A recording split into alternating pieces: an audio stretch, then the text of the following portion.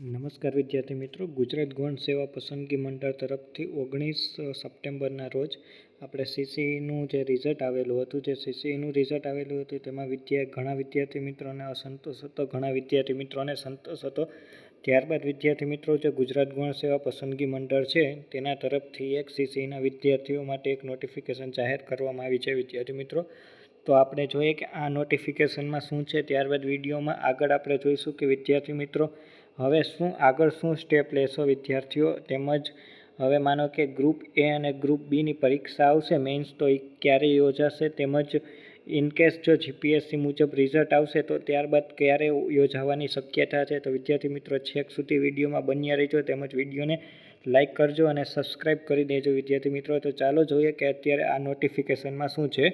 તો વિદ્યાર્થી મિત્રો, ગુજરાત ગૌણ સેવા પસંદગી મંડળ તરફથી જે નોટિફિકેશન આવી છે તો એમાં દર્શાવેલું છે કે જે વિદ્યાર્થી મિત્રો અત્યારે જે આપણે રિઝલ્ટ આવ્યું છે એમાં જે મેઇન્સ માટે ઇલિજિબલ થયા છે, તો એમાં મેઇન્સ માટે જે સ્પોર્ટ્સ કોટાના વિદ્યાર્થીઓ ઇલિજિબલ થયા છે, તો એ સ્પોર્ટ્સ કોટાના વિદ્યાર્થીઓએ પોતાનું જે રમતગમતનું સર્ટિફિકેટ હોય એ રમતગમતનું સર્ટિફિકેટ તમારે ગુજરાત ગૌણ સેવા પસંદગી મંડળ જે તારીખે તમને બોલાવેલા છે તે તારીખે તમારે ત્યાં રૂબરૂ જઈને તમારે બતાવવાનું રહેશે. તો વિદ્યાર્થી મિત્રો, ગુજરાત ગૌણ સેવા પસંદગી મંડળે તમને વિદ્યાર્થીઓને 7-10 એટલે કે 7 ઓક્ટોબર અને 8 ઓક્ટોબરના રોજ પોતાની કચેરીએ ગાંધીનગર બોલાવેલા છે વિદ્યાર્થીઓ. તેમજ જો 7 તારીખે વિદ્યાર્થીઓ છે 1 થી 50 નંબરના જે વિદ્યાર્થીઓ છે તેમને 7 તારીખે 10 વાગે, ત્યારબાદ નેક્સ્ટ 50 વિદ્યાર્થીઓને 11 વાગે, ત્યારબાદના 50 વિદ્યાર્થીઓને 3 વાગે, ત્યારબાદના 50 વિદ્યાર્થીઓને 4 વાગે અને ત્યારબાદના 50 વિદ્યાર્થીઓને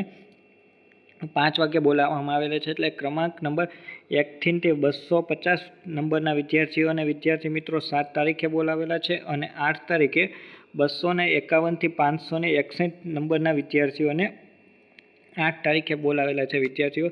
તો વિદ્યાર્થી મિત્રો 7 અને 8 તારીખે જાઓ તેમાં તમારે જે તમારું જે રમતગમતનું સર્ટિફિકેટ હોય એ સર્ટિફિકેટ લઈને જવાનું રહેશે. ત્યારબાદ તેમજ તેની સાથે સાથે તમારે જે કોલ લેટર છે તો કોલ લેટરની નકલ લઈ જવાની રહેશે. ત્યારબાદ તમારું એક ઓળખ કાર્ડ લેવાનું રહેશે, એ જે અસલી હોવું છે. ત્યારબાદ તેમજ એ ઓળખ કાર્ડમાં કાં તો આધાર કાર્ડ હોય, પાન કાર્ડ હોય, ડ્રાઇવિંગ લાઇસન્સ હોય, તેમજ અથવા તો મતદાનનું જે ઓળખ કાર્ડ હોય તે બી ચાલશે, અને એક પાસપોર્ટ સાઇઝનો ફોટો ચાલશે જે તમે અરજી ફોર્મમાં હોય તે.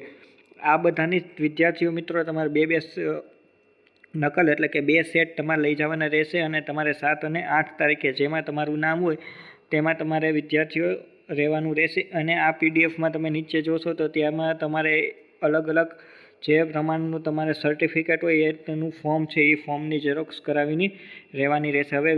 હવે વિદ્યાર્થી મિત્રો આપણે આગળ જોઈએ કે જો સીસીઈનું જે રિઝલ્ટ આવ્યું છે તેમાં કોઈ ચેન્જ ન અને રિઝલ્ટ સેમ ને સેમ રહે, તો હવે સીસીઈની જે એ અને બી ગ્રુપની પરીક્ષા છે તે તેની મેઇન્સ ક્યારે લેવાશે. તો વિદ્યાર્થી મિત્રો દીપક રજની સાહેબ દ્વારા ટ્વીટ કરવામાં આવ્યું છે અને તેણે જણાવ્યું છે કે સીસીઈની એ અને બી ગ્રુપની જે મેઇન્સની પરીક્ષા છે તો તે વિદ્યાર્થી મિત્રો તે 30 નવેમ્બર સુધીમાં પૂર્ણ કરી દેવાની તૈયારી કરવામાં આવે છે. અને એ ગ્રુપના જે 3 પેપર છે, જ્યારે 100 અને 150 માર્ક્સના પેપર રહેશે, અને ત્યારબાદ બી ગ્રુપનું જે 200 માર્ક્સનું પેપર રહેશે. તો પહેલાં એ ગ્રુપનું પરીક્ષા લેવાશે અને ત્યારબાદ તેના 3 થી 4 દિવસ અથવા તો 4 થી 5 દિવસમાં બી ગ્રુપની પરીક્ષા લેવામાં રહેશે. તો વિદ્યાર્થી મિત્રો સીસીઈની કોઈ પણ અપડેટ જાણવા માટે ચેનલને સબસ્ક્રાઈબ કરી દેજો અને વિદ્યાર્થી મિત્રો વિડીયોને લાઇક કરી દેજો.